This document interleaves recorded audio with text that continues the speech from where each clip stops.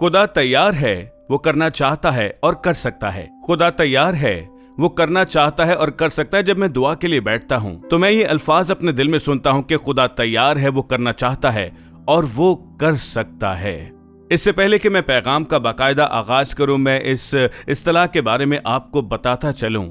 तैयार है, चाहता है और कर सकता है, ये इस्तिलाह एक कानूनी इस्तिलाह है। जब किसी जायदाद की मिल्कियत की बात हो या कोई मुआहिदा हो तो जज ये देखता है कि वो रजामंद होना चाहता है या हो सकता है।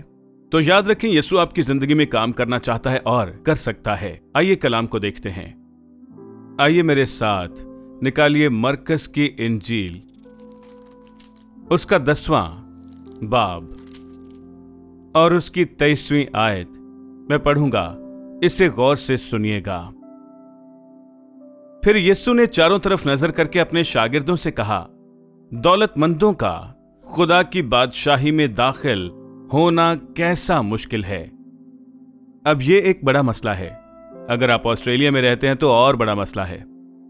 दुनिया में सबसे ज्यादा आमदनी वाला मुल्क, दुनिया में कम से कम उजरत सबसे ज्यादा यहां दी जाती है। तो इस तरह से अगर देखा जाए तो यहां के लोग दौलतमंद हैं।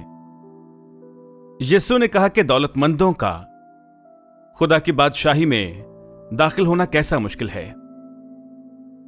और शागिर्द उसकी बातों पर हैरान हुए। अगर आप यीशु की बातों पर संजीदगी से सोचें तो जब वो बोलता है तो पूरी कायनात उसके कलाम के आगे झुक जाती है।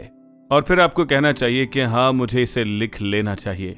और फिर उसके शागिर्द जो खुद भी दौलतमंद थे, उनके अपने कारोबार थे, उसकी बातों से हैरान हुए। यीशु ने फिर जवाब में उनसे कहा, बच्चों, जो लोग दौलत पर भरोसा रखते हैं, अब वो मजीद वजाहत करता है, जो लोग दौलत पर भरोसा रखते हैं उनके लिए खुदा की बादशाही में दाखिल होना क्या ही मुश्किल है। ऊंट का सुई के नाके में से गुजर जाना इससे आसान है कि दौलतमंद खुदा की बादशाही में दाखिल हो। 26वीं आयत, वो निहायत ही हैरान होकर उससे कहने लगे, फिर कौन निजात पा सकता है? फिर कौन निजात पा सकता है? कौन निजात पा सकता है अगर ये नामुमकिन सा है? अब गौर करें यीशु क्या कहता है। ये आदमियों से तो नहीं हो सकता, लेकिन खुदा से हो सकता है, क्योंकि खुदा से सब कुछ हो सकता है।